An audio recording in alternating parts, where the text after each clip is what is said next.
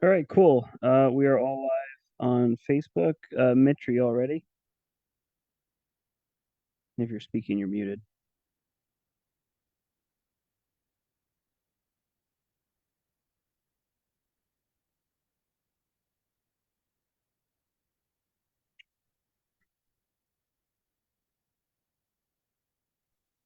And you hear me? Yes, I can hear you. Good. Okay. Let me know when we start. All right, cool. So thank you everyone for tuning in. Really appreciate you coming out for Mitch's presentation. Mitch Dakelman is the president of the Jersey Central chapter. He's been a great friend and member of Tri-State for many, many years. Mitch has given a number of presentations for Tri-State over the years, and we're thankful, Mitch, for you coming out to do this one tonight. And without further ado, the floor is yours. Okay. Well, thank you very much. The program exploring the railroads of northern New Jersey, the idea began several months ago, back early this year, when I got a call from the Long Valley Public Library if I knew anybody who could do a program about railroads. I says, do something for you. So I discussed with the librarian the various topics. We came up with the idea that we would talk about the Iron Mine railroads that served Morris County, Warren County, uh, uh, that area, and the High Bridge branch, the CNJ, which served Long Valley, and the program grew from that.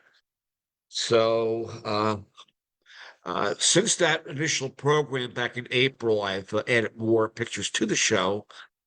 As you know, I manage the NRHS photo library, and we're always getting uh, more slides and photos. Today, I got a collection from Will Coxey of 700 slides, and we post them on the NRHS website under photo gallery.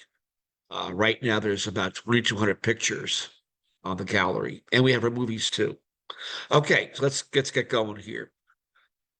Why can't I advance this? Ah, it should advance. All right, okay. So anyway, there I am. I'm sorry you can't see my image. For some reason, the camera's not working, but there I am on the abandoned Pennsylvania Turnpike. Many years ago, as many of you know, I've authored several books on the Turnpike. I have a large collection of PA Turnpike memorabilia and photos. Some are displayed at the Pennsylvania State Museum in Harrisburg.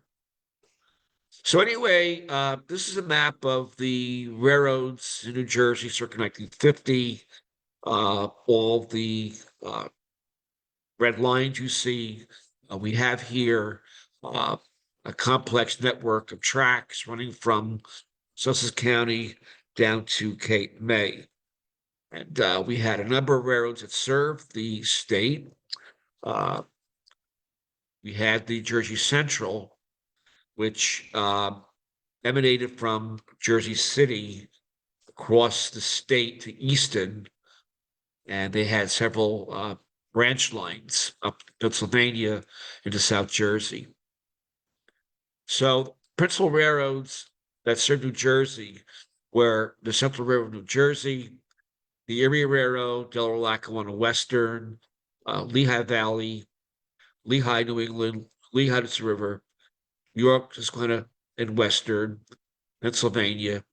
And then you had, of course, Rolling Valley, Rat River, and several other short line railroads. Also, PRSL, which was born out of the Pennsylvania Railroad, Reading Railroad, that served South Jersey.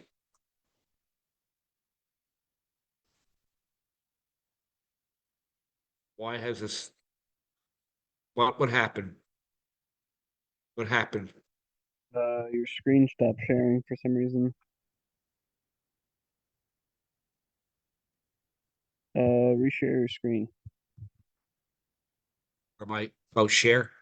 Yep, Okay. and just click the slide you were on. And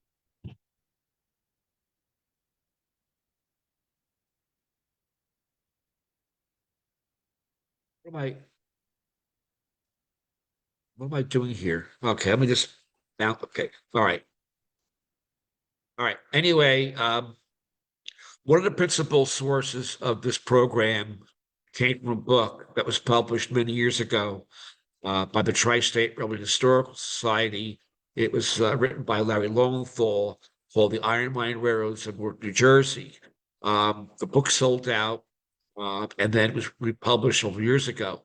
So when I was planning this program, I could not find my original copy, which I found at the bottom of a pile of books in my little office. So some of the photos I used from that book. So anyway, we have here the Ogden Mine Railroad up to Ogden, New Jersey. Iron mine commences in New Jersey, circa 1705, with the Huff Mine in Wharton, and followed by the Hibernia Mine in 1863, Ogden Mine, 1864, Mount Hope Mineral Mine, 1866. And there was also, I've forgotten, I should have mentioned it, the uh, Oxford Mine up in Warren County, which is, you can see it off Route 31. There's part of it still left, the Oxford Furnace. Chester Branch mines out of Chester, New Jersey, Topping Mine, Hedges Mine, Cooper's Mine, Squire Mine, Barney, Pitney, Langdon. And the iron mine industry in that area flourished until the iron just ran out. Like 19th century, it just wasn't economical to mine anymore, and other mines in the central part of the country, like Mesabi, had discovered and were able to furnish a lot more iron ore that was required by the early 20th century. Morton Steel was an early company here. Some of these pictures come from the Warren Crater Collection, which is owned by the Friends of the Transportation Museum of New Jersey. And I have been digitizing many of those photos. I'm working on the CNJ pictures primarily right now. So some of those you'll see in this show. Oxford Furnace. Oh, I do have Oxford Furnace. Okay. So anyway, the sprawling rolling mill short distance east of Oxford, contrast the pastoral surrounding countryside, the existence of a hazardous stub switch at the right-hand track of the main line dates this photo into the 19th century, and it was served by the Delaware Western. Hibernia Railroad had here a iron ore crusher shown here at Lower Hibernia, which I believe is in Morris County, up by Route 80. The iron mine shown here in the 19th century appears to be a Central Railroad, New Jersey boxcar in the middle of the photograph. Moving on here, the Ogden Mine train, circa 1860. Some of these photos aren't the best quality. They are copies of copies. It's the best we have right now. I can improve them somewhat by doing photoshopping. Mount Hope Mine was in service, I believe, into the 60s or 70s. And this is from a series of three-dimensional slides that were loaned to me by Lance Metz many years ago. They're actually 3D slides. And what you're seeing is one half or one photo from a pair of pictures, left and right-hand view. And when I got these slides, Joe Van Hoorebeke had just gotten a slide copier, and he and I diligently made 3D slide sets of the series. So you're seeing only one half of the image, actually one slide. So this is up near Mount Hope, 1951. This is the Our House. These are taken by F.G. Ulmer. Pretty rare color pictures, the iron Mount Hope mine.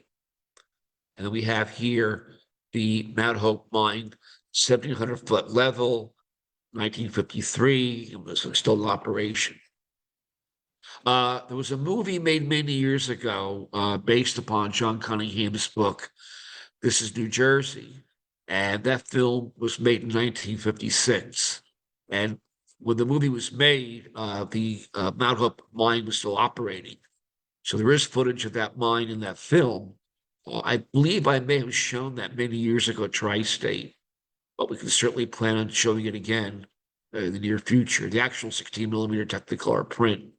It's also on YouTube. You can see it on YouTube. Here we are at the 1,700-foot station. Here again, November 11th, 1951, F.G. Ulmer photo. There are many, many more that we had here, but this is a good view of what it looked like down under. Milk and dairy products were another prime industry in Newark, New Jersey, served by the Delaware Lacquer Western and Jersey Central. This came out from the dairy book that Bob Bars did. And there were many dairy farms along the DL&W. The fellow who had the narrow gauge railroad, I can't remember his name, had a creamery up in North Jersey. We had here going up to Lake Hopatcong, ice shipments before the era of motorized refrigeration. Blocks of ice were harvested from lakes, such as Lake Hopatcong, stored in insulated ice houses, and shipped when needed. And here you have an ad for the Lake Hopatcong ice house. You had ice facilities up in Pennsylvania, but they still do the ice cutting demonstration up by Goldsboro, I believe. Okay, we had coal mining, predominantly up in the Carbon County, Pennsylvania. This is up near Ashley, PA, near Scranton. They had anthracite mines up there. And then trains would go to Jersey City. They were routed up the Ashley Plains, which I'll show. We also had the Morris Canal, which operated 100 miles from Phillipsburg to Jersey City.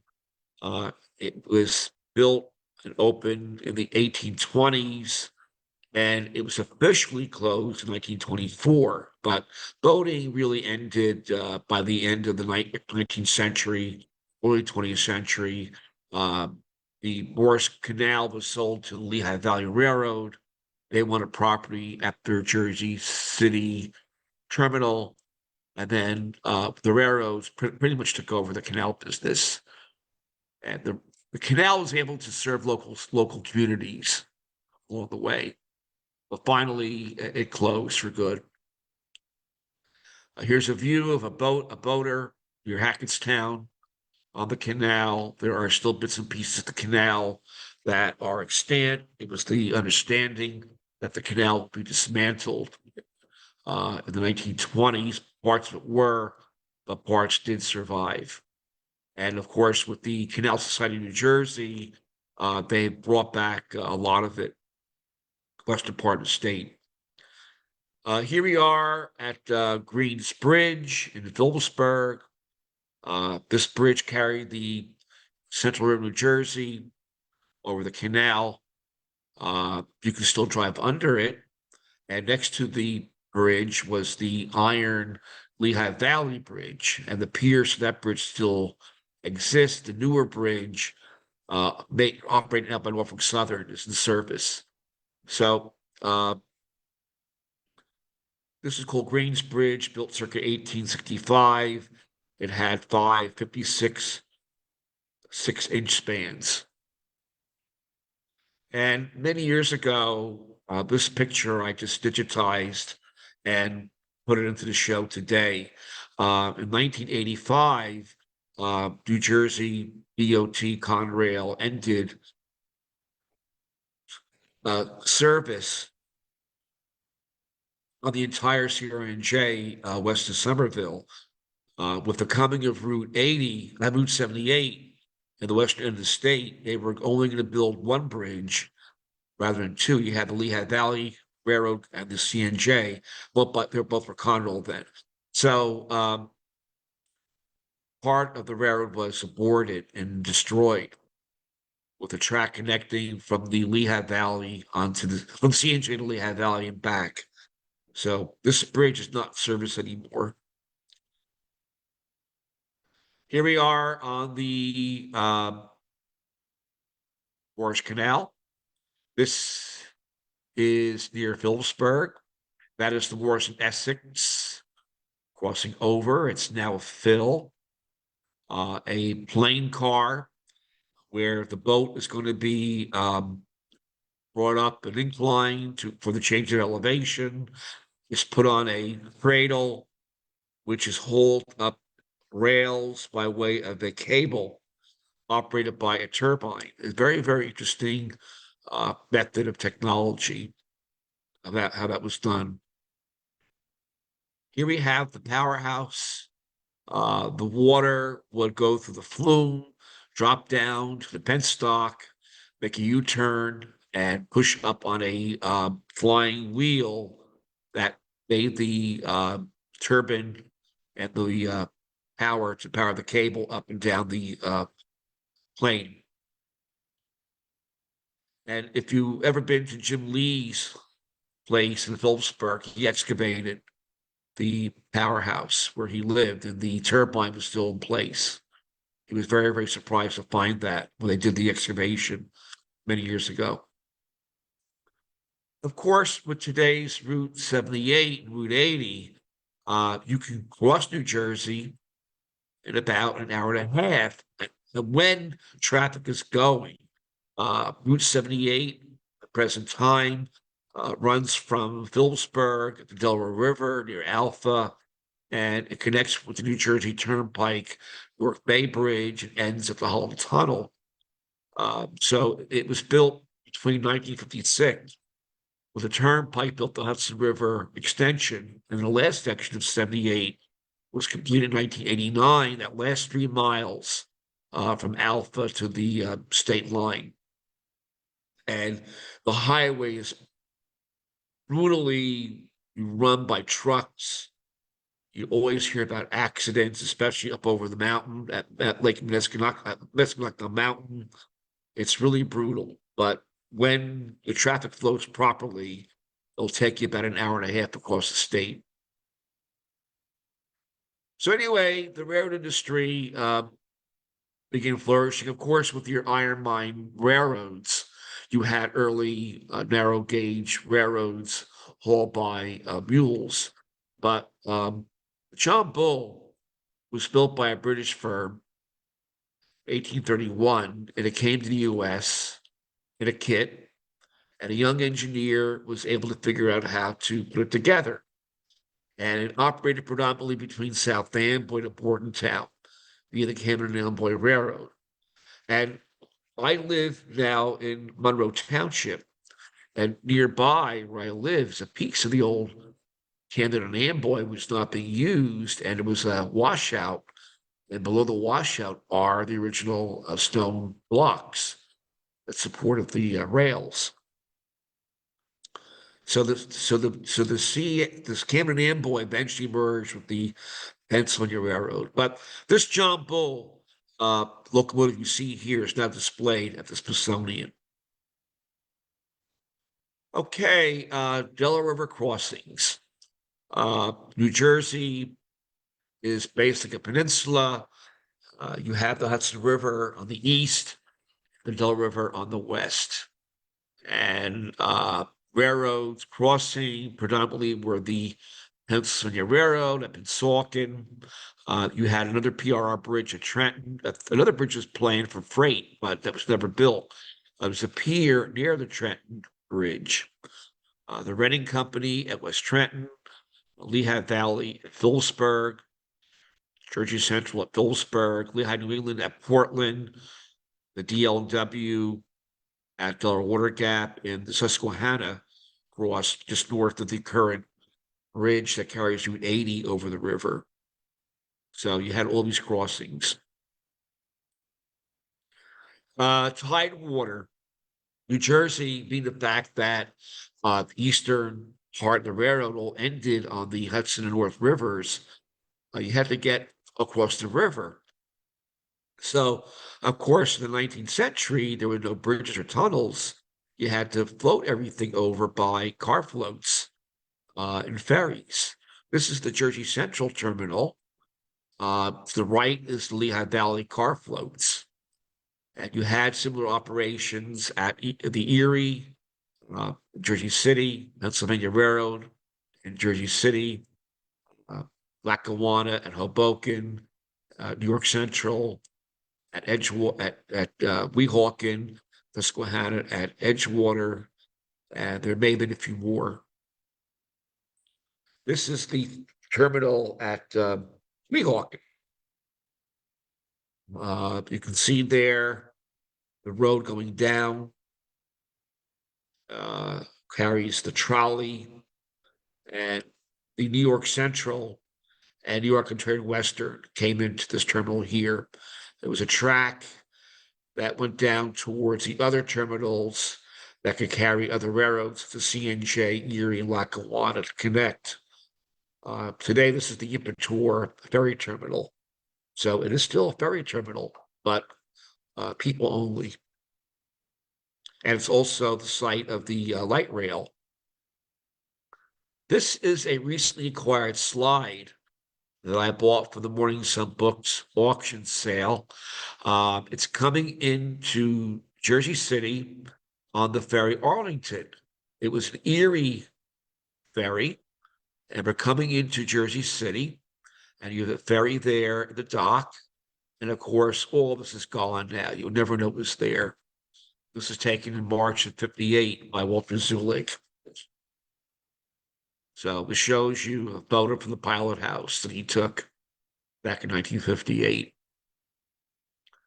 And of course, the Marine Division, Roll Railroads had the Marine Divisions. I've been scanning a large collection of glass plate negatives, the CNJ, and here is an early car float. This picture was taken around 1910, and it's from an 8x10 glass plate negative. And of course, the New York Harbor Marine Fleet. We have the CNJ tugboat here in 1966. And ferry service with passenger and automobiles. This is the Binghamton, which survived as a restaurant near Weehawken. But it was came to a tragic end, unfortunately. The only direct connection, well, there were several direct connections built in New York. That were the Hudson tubes in the early part of the 20th century. But the biggest project was the Pennsylvania Railroad that tunneled under the Bergen and Hudson Rivers. This is taken at North Bergen. The highway you see crossing is Route 109. And the tunnel is just beyond the motor, the GG1 motor. Now, as we speak, construction has begun on a new tunnel, which is going to be to the right of the photographs. So they're building a new corresponding Route 109 bridge where that is going to be. So here we are at Tunnelly Avenue, an Al Roberts photo taken in 1968. It is now used by Amtrak and NJ Transit. And as I mentioned, new tunnel construction began late last year. We have a new Penn Station here in New York. This is the old Foley Post Office. It now serves as the waiting room for the Amtrak, known as Monahan Hall. If you should, for example, take the NRHS trips out of New York, which I highly recommend, you will meet in the Monahan Hall and then load from a loading platform in that station.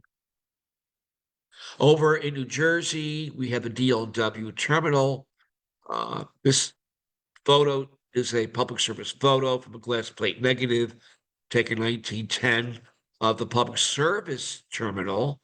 And then beyond that, with the tower, is the DL&W station, which, as you know, still is in operation by NJ Transit.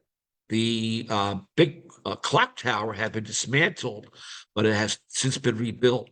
But the terminal, which shows the streetcars, has long gone,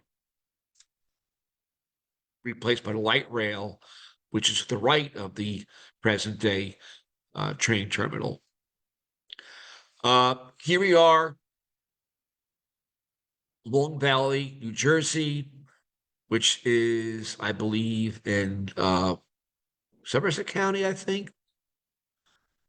German Valley, Long Valley, during the 19th century, the railroads were the focal points of communities that were fortunate to have one.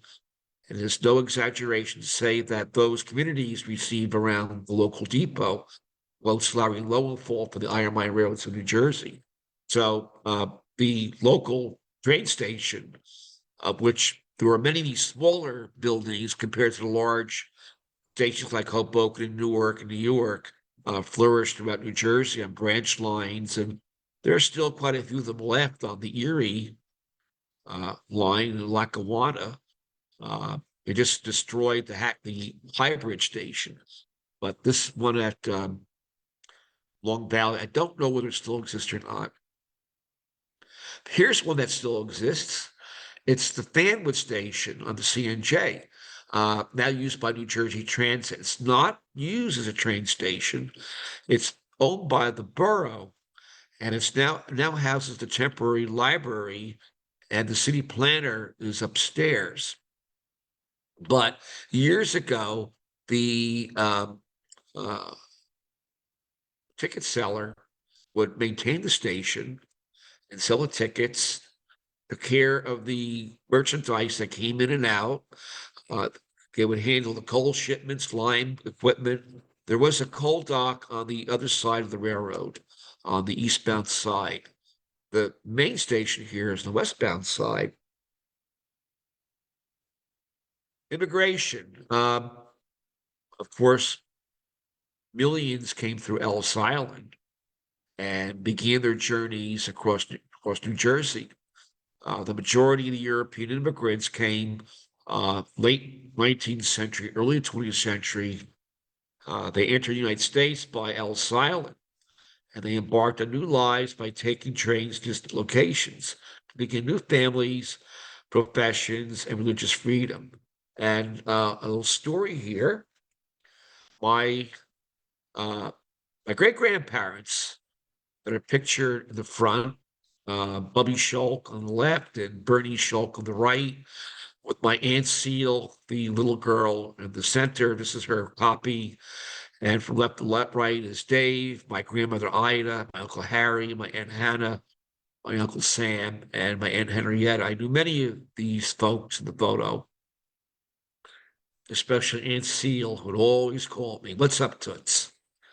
So our family started emigrating from Russia in the late 19th century.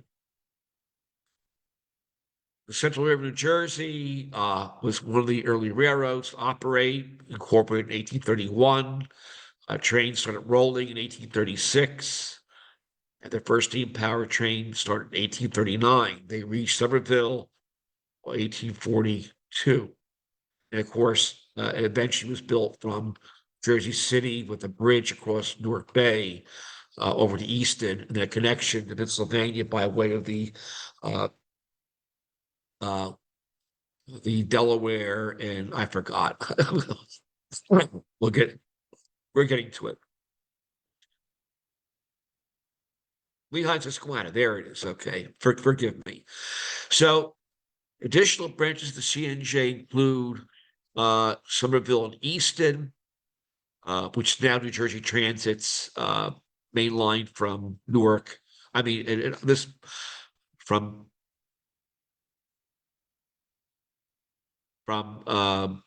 Cranford, basically, where they pick it up to High Bridge.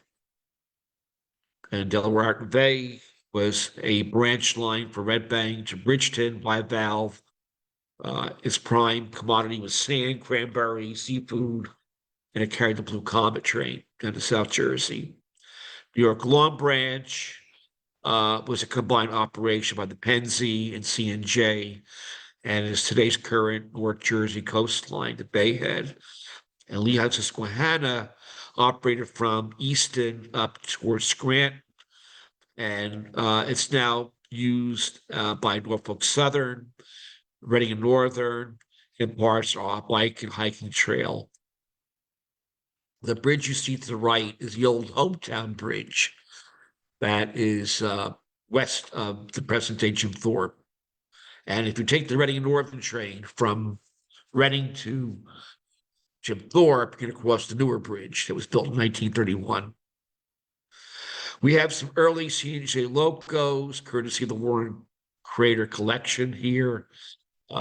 They had names. Here's the Empress, circa 1869.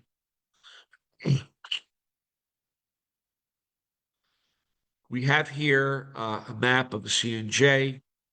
As I mentioned to you, it ran basically from Scranton down to Easton by way of the I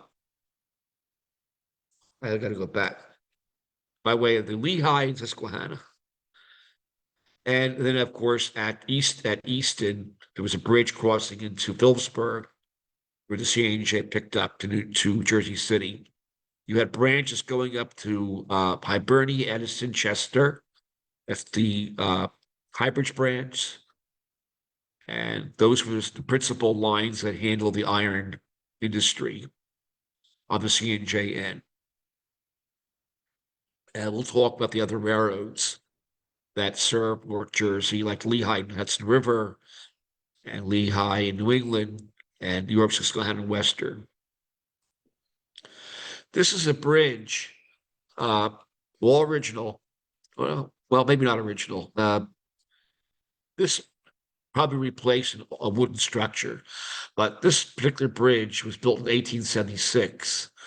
And someone sent me a book which shows all the structures on the CRNJ. There's a book for New Jersey, and a book for Pennsylvania, and it shows a description of each structure. And it tells you when it was built, what it's made out of, what it was repaired. So this bridge at North Branch was repaired in 1930, 1949. I'm sure you can see here by the new repairs of the stone. It was done in recent times.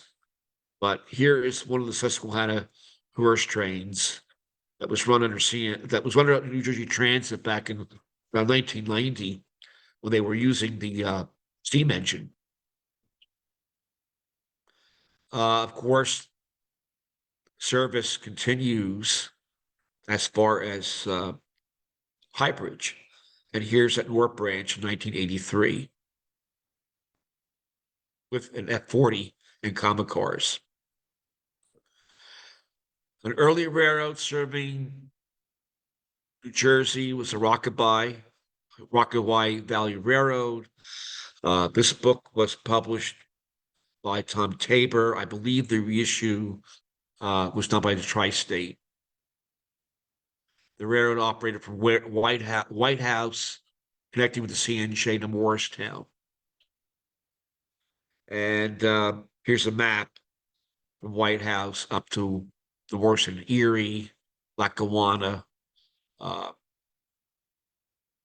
passed through White House, Pottersville, Deepak, Ralston, Bendham, Pitney, Brookside, Whitehead, Washington Valley, Sussex Avenue, Speedwell.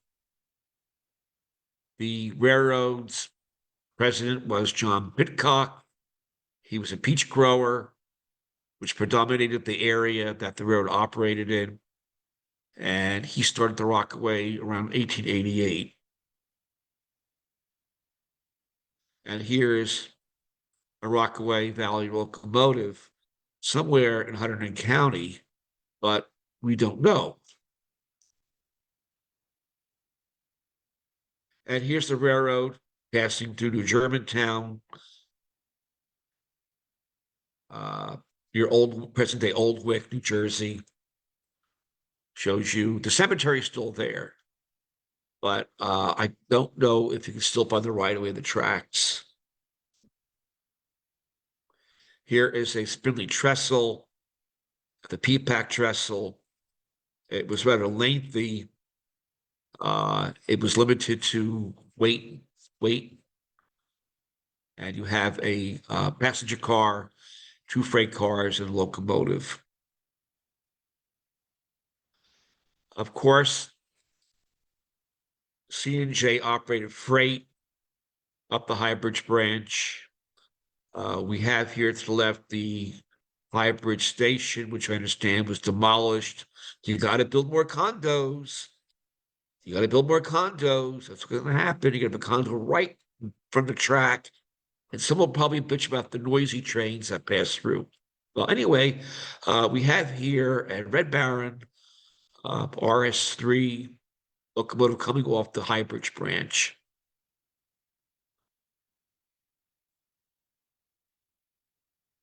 High Bridge branch begins in High Bridge, New Jersey. It goes to Dover, Hibernia, Lake Hopatcong, Northern, and connected to the New York Susquehanna Railway. Originally, it was the Flanders and German Valley Railroad, circa 1866, to be built by a post-Civil War businessman. The lower portion was built by the Taylor family that operated a iron furnace near High Bridge. And there were a number of iron mines near Chester. So they built branches to serve McIlburney, Chester, and High Bridge, which is just east of Long Valley. So the lower part of the High Bridge branch is now used as a hiking trail, and the north part, through Frank Riley, I think was purchased by Morris County. Here is a timetable for the High Bridge branch. It was 30.18 miles. An early locomotive used for inspection was Star. That was a 224T,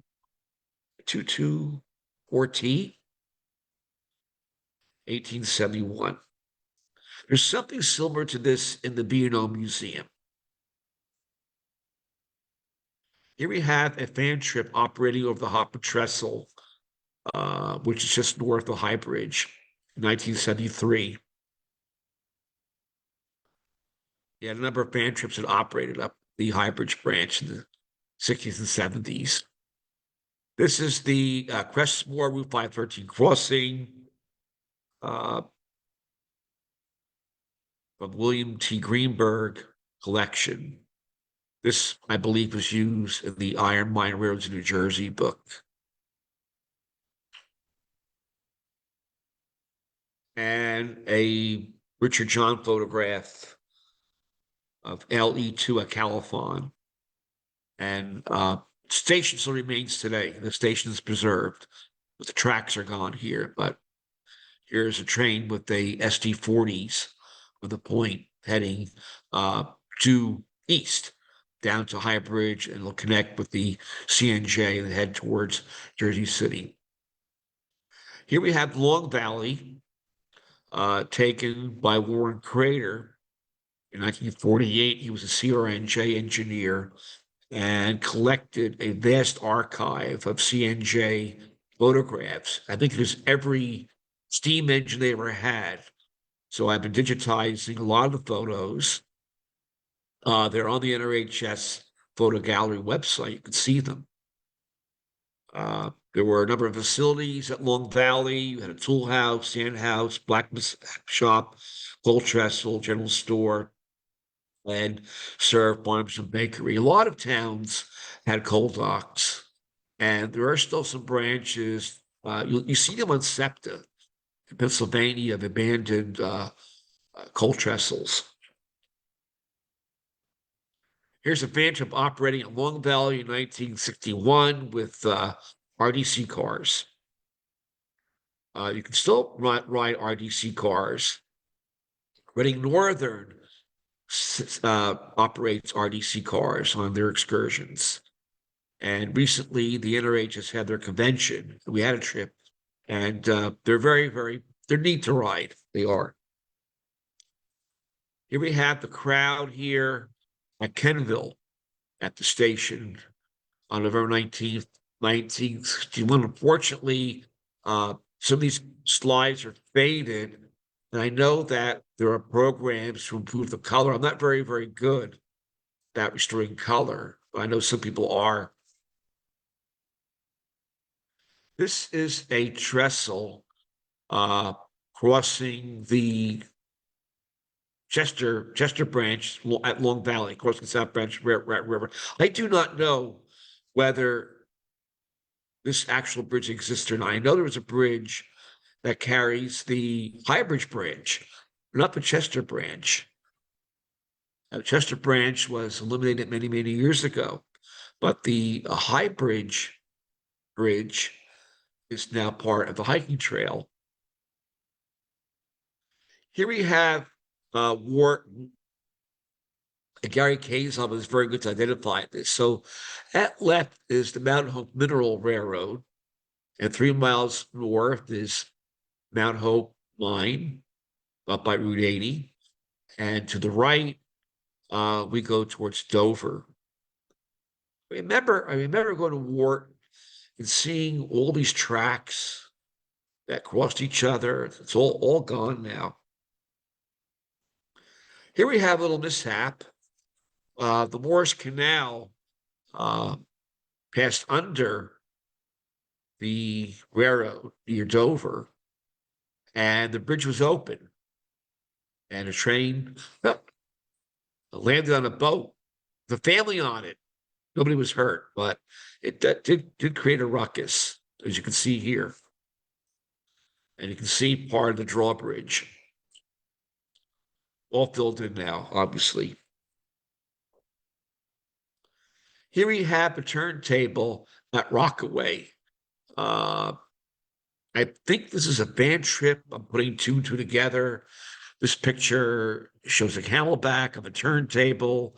You see some gentlemen all dressed up in jackets and ties, fedoras. On the right, you see a little boy, it's probably his dad, get all dressed up on a band trip. That's how we rode trains back then. We all dressed up. And the interchange at the Green Pond Junction circa 1960, this is taken by Bob Goen. And Bob Goen worked with John Jepko on a book about New Jersey railroading. But years ago, Bob loaned the slides to Joe Van Hoorebeke that were able to make copies. So that's what this is from. Every Sunday, you could take a train to Lake Hopatcong for $1. So Lackawanna and CNJ operate excursions during the summer up to Lake Hopatcong, which was a very big lake resort back then.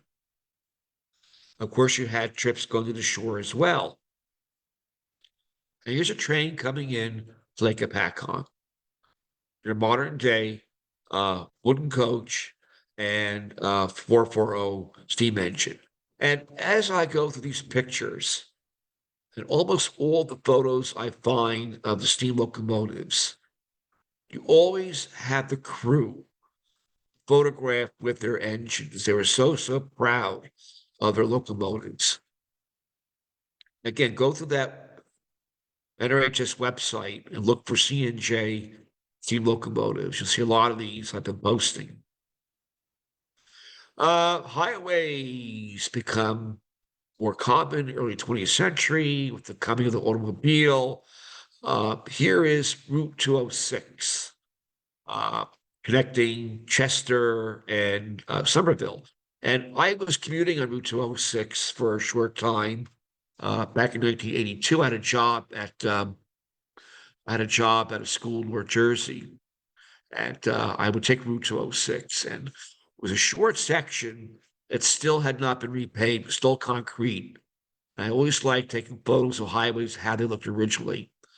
So this is Route 206. It's now blacktop, but it's still 2 lanes in this section here. But the highways begin to take over the railroad business. On the west side of New Jersey, we have Lehigh Valley coming in. We have also in this pending drawing the Beldell going from left to right. We have the Morris Canal terminus here with a inclined plane. The terminus archway is still at the opposite end of the CNJ bridge. So you have here the bridge with the curve is the Lehigh Valley, the bridge to, well, I'm getting confused here. You have this Lehigh Valley and the CNJ bridges and the Morris Canal. In 1890, the Lehigh Hudson River built a bridge crossing from Easton to Phillipsburg. Here's a view in 1959 in that same area. You can see here the canal has been filled in. It's kind of a wasteland. You see what's left of the bridge that carried the Beldell has been filled in, and you have the Lehigh River Bridge in the background now. And to the rear, the Steel Arch Bridge carries present-day Route 22. The CNJ Lackawanna Union Station is on the extreme right, which is now a museum. It will be open this coming Saturday at the Phillipsburg Festival. You see here the Lehigh Valley John Wilkes passing through, powered by PA. And Al Holtz took a lot of pictures in Easton. He went to college here, and recently he donated his slides to the NRHS. So we are very happy that we could share these with you. Several miles east of Easton Phillipsburg, the Lehigh Valley built the Musconecton Tunnel. This original tunnel was completed in 1875. It was a park built on top of the tunnel that operated until 1917. Years later, the railroad needed a bigger tunnel, so the new tunnel is now to the left, on the other side of the hillside to the left. Here's a view of the old tunnel and the new tunnel in operation. But by 1950, they shut down the original tunnel and closed it off. And there's Bellwood Tower. Here is the present-day tunnel. The Black Diamond passed through in 1955. It now carries Norfolk Southern in a single track. And they've lowered the track to accommodate the high and wides. And here's me by the old tunnel back in 1980. Yep, we found it 44 years ago. Okay, as I mentioned to you, Lehigh Valley purchased the property of the Lehigh Canal to gain access to Jersey City. They had car floats here. Here you have an SW1, I believe, and the idler car that will go out on the apron of the car float. You couldn't put the engine on the apron because it would sink. They had an idler car connecting the freight cars and the locomotive. This was taken in 1974, and there is the completed World Trade Center buildings. Northeast Corridor train, Pennsylvania Railroad from Trenton to New York City, we discussed earlier. I have to put this in. This is a train 149, powered by GG on electric, taken in 1961. You have here on the right your commuter trains. Maybe about a mile behind me, a mile railroad east, is the connection to the Beldell, which went up towards Phillipsburg. Will Coxey photo. Will Coxey just gave NRHS over 700 slides, which I got today. York's just kind of historical society. I'm out of sequence here, basically. This should come later. But Walter Rich took over. He rebuilt the Susquehanna and bought a steam engine, which sank off the Bay of India. So with the insurance money, he bought the Valley's Chinese engine and renumbered it 142. So it's owned by the York Susquehanna Railroad Historical Society, and it's been in a several year rebuild. And here it is near the Route 78 bridge on a photo freight. Okay, Lehigh Hudson River was a bridge line connecting New Jersey, went up through Warren County, Sussex County, up to New York State, and was part of the all-state dispatch, I think what they called it, which ran from New England to Cumberland, Maryland. So it was a series of railroads that North States Dispatch, Northeast Dispatch, they called it. So this is part of that train. Coming over the Easton on the CNJ, they had tracker rights from Allentown, and he'll swing onto the bridge crossing the Delaware River. I know I had pictures of the bridge, but I don't think they're in the show. And then they'll go up New Phillipsburg. The Lehigh Hudson River had numerous industries. They also had minerals available to them. You had here white rock and limestone up by McAfee, and they had a mine up here, and it was served by Lehigh Hudson River. This picture was taken by Jim Boyd, and I copied this from the Tracy Ann's Jim Boyd book about Lehigh Hudson River in color, which is out of print now. But Jim Boyd and Tracy Ann's wrote this really great book about the LNHR. LNHR served the Sterling Zinc Mine. They had a mine in Ogdensburg, and they had a mine in Franklin. And unfortunately, this is a vertical picture. And when I transferred it to the PowerPoint, it only gave me half a shot. So this is the Sterling Zinc Mine. It operated from the 1630s to 1989. It closed because of a tax dispute. It is an operating museum. It's known for its minerals. So this picture was taken early Conrail by Jim Boyd. And here we are at Franklin on a snowy day. R3 powered train heading west towards Allentown and passing the zinc processing plant, February of 1966. And I remember that snowstorm. It was right before my bar mitzvah, 4 days later, and my parents were nervous about what are we going to do? What are we going to do? But it cleared up. It was a nice day. This was taken by George Marisso, who was a school teacher and took advantage of snow days. Well, they can't go to school, go out taking train pictures. That's what he did. So he went out with a number of guys to take pictures in the snow. Rich Taylor was one of his best friends. Going down, we were passing through Sparta. It will cross over the DL&W line, branch line, Dave Augsburger photo. It crosses over the Sussex branch. All these things I have to remember when I do these shows. And of course, here we are down by the station.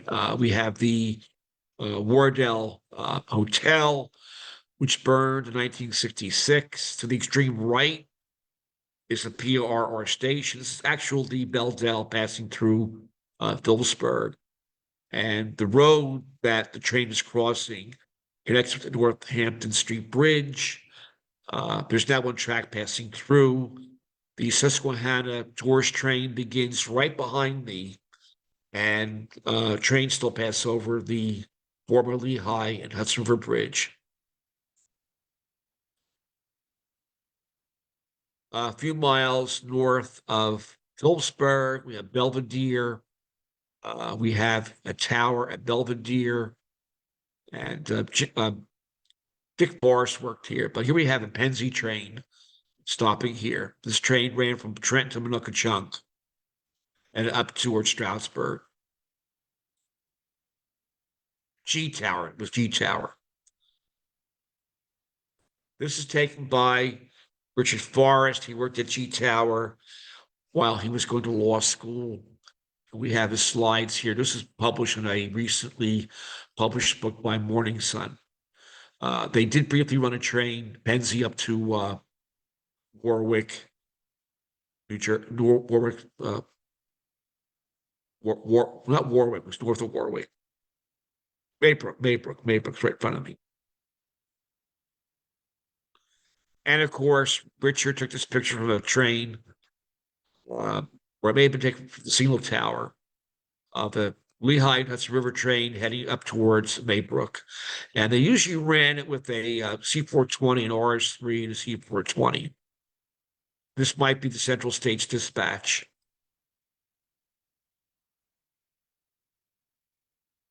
Warren Railroad eventually was merged into Morrison S6 DL&W. It was about 18 miles in length, connecting the CNJ to up towards Stroudsburg. This is the bridge at Changewater. The pier still exists, but it was a spindly bridge and it can only carry so much weight. Along the Warren Railroad was the Oxford Tunnel. This was taken in 1968 by Dave Augsburger. Route 31 crosses over it. And the line closed around 1970. Went up towards Washington, Oxford, and up to Delaware Gap. This is the Menuckachunk Tunnel on that same line. It was a two-bore tunnel, and to the right was the track that connected to the Belldell. And this area has always been prone to flooding. And it was a big flood up here earlier this year. And if you're right along Route 46, you can see the tunnels now and the rock destruction caused by the washouts. But the original tunnel was built in 1856. And the floods resulted in the ending of the PR service up here in 1955, Hurricane Diane, and it closed by 1970.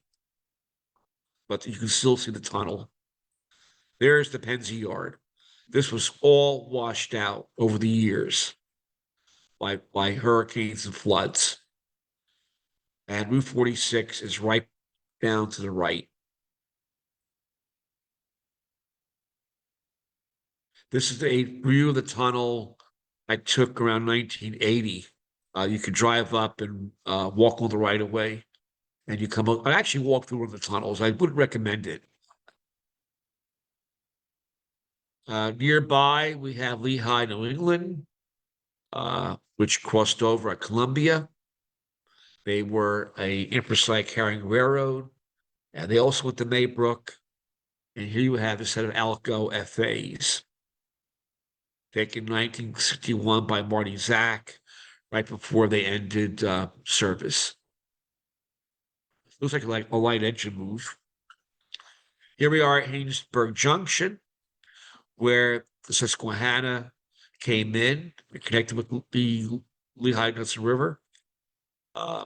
When Lehigh Hudson River ended their service in 1961, it pretty much was this line to be redundant, and it was abandoned as far as Sparta. Lackawanna Railroad came down through Delaware Gap on the Warren Railroad, as I discussed. It had a branch Moors in Essex out of Phillipsburg. And they built the cutoff in the early part of the 20th century. They had a branch up to Branchville, that yard in Port Morris. And they had the commuter lines going to Gladstone, Dover, and the Wooten line towards Jersey City. Here is an early Rogers-built locomotive called the Broadway, built in 1868. And a line in Hackettstown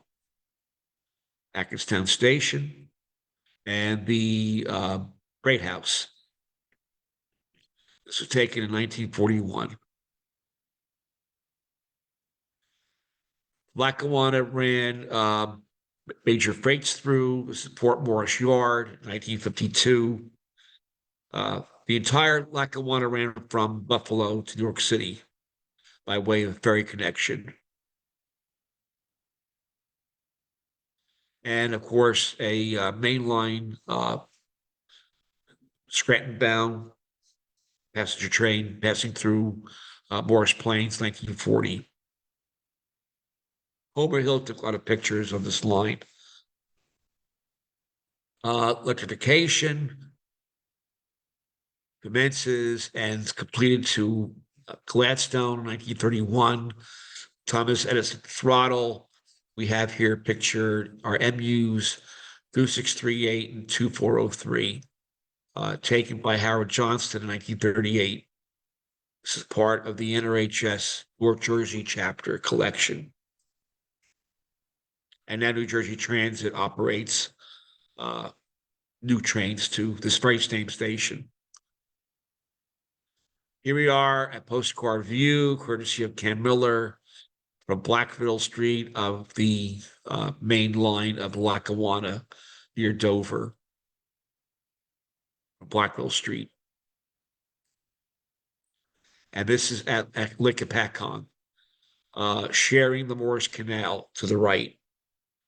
Supposedly this bridge is supposed to be replaced. I don't know if they've started the construction on, but they talk about it. It also carried the Morris County traction over this bridge. And here's a 1963 Bob Goen picture of the freight going under that same bridge. Construction of the Lackawanna Cutoff commences around 1908. Here we are somewhere between Portland and Port Morris. I think this is Route 206 near Andover. And of course, the Pequest Fill, the 1910.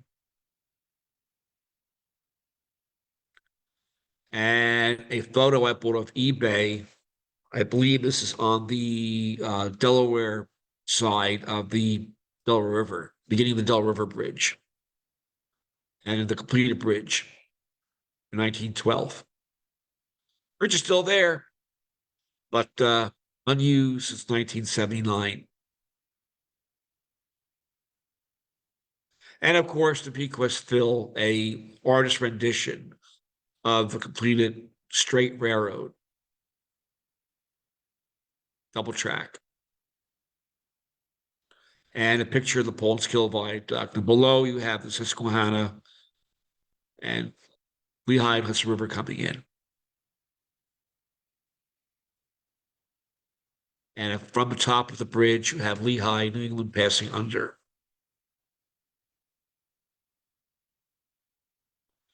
And a little bit east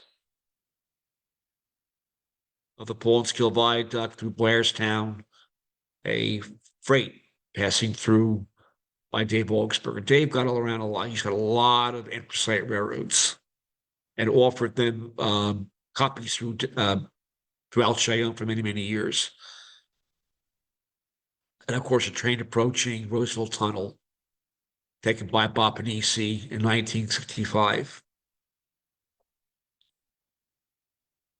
And after Conrail ended service on the railroad, the tracks just sat there And there were questions about what are we going to do with the railroad. Eventually, Conrail removed the tracks. This was taken in 1982. And as we all know, currently, this facility is being rebuilt for a new commuter service as far as Andover. And who knows whether they ever get to Scranton with Amtrak or not. Passing under on the Sussex branch, under the Lackawanna cutoff, Branchville local,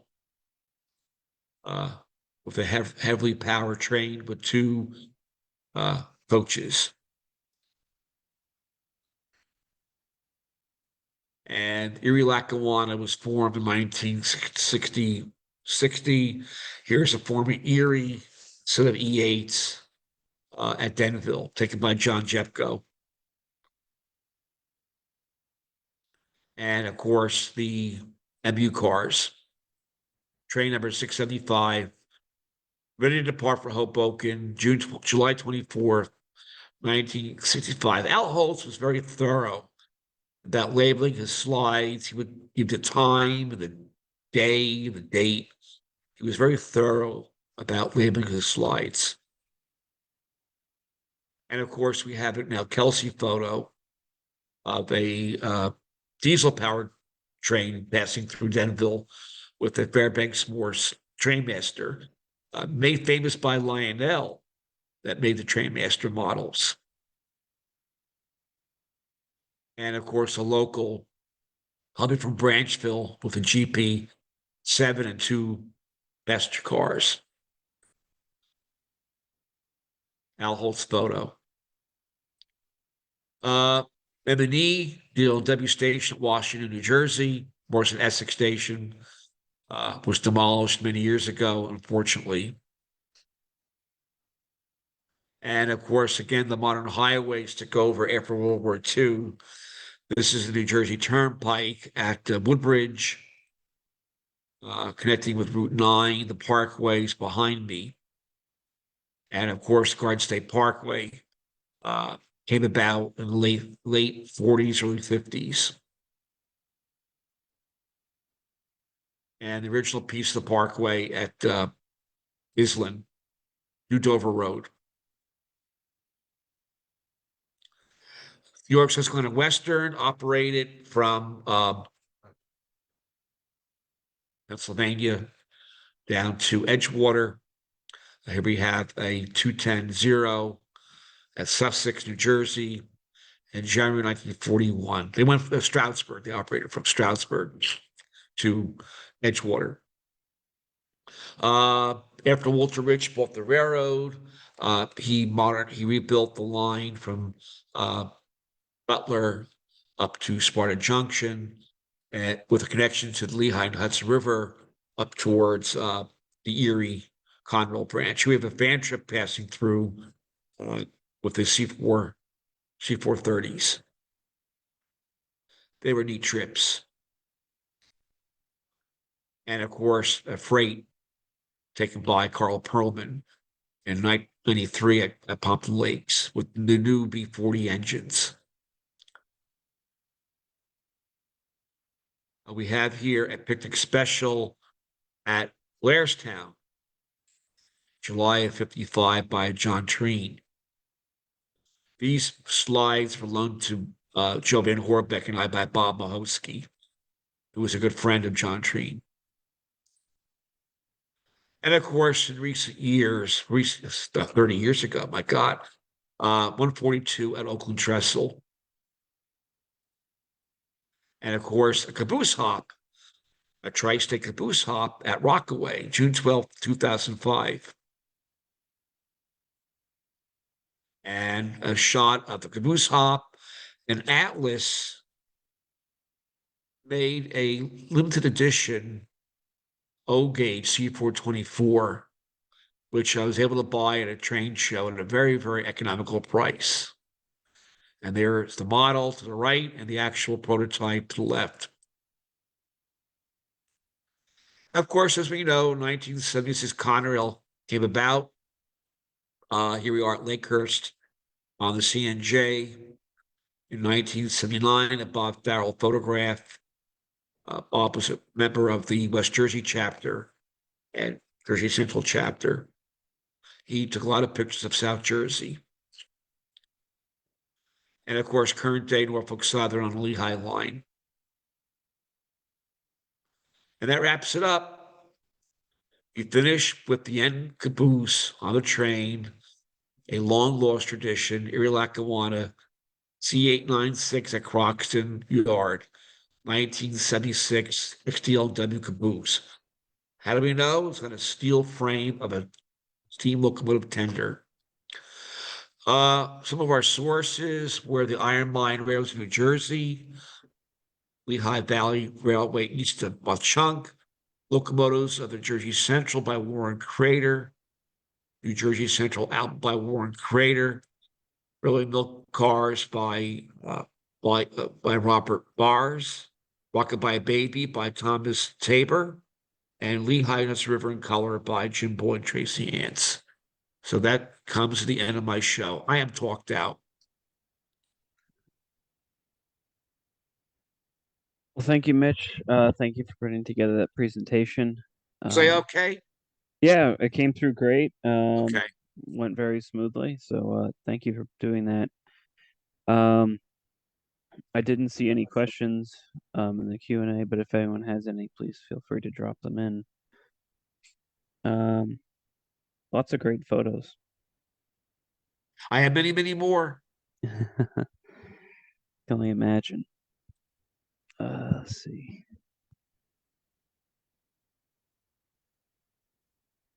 All right, doesn't look like there's any questions.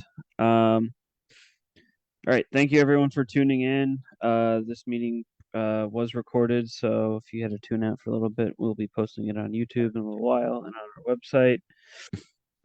Our next meeting will be on October 10th in person and virtually.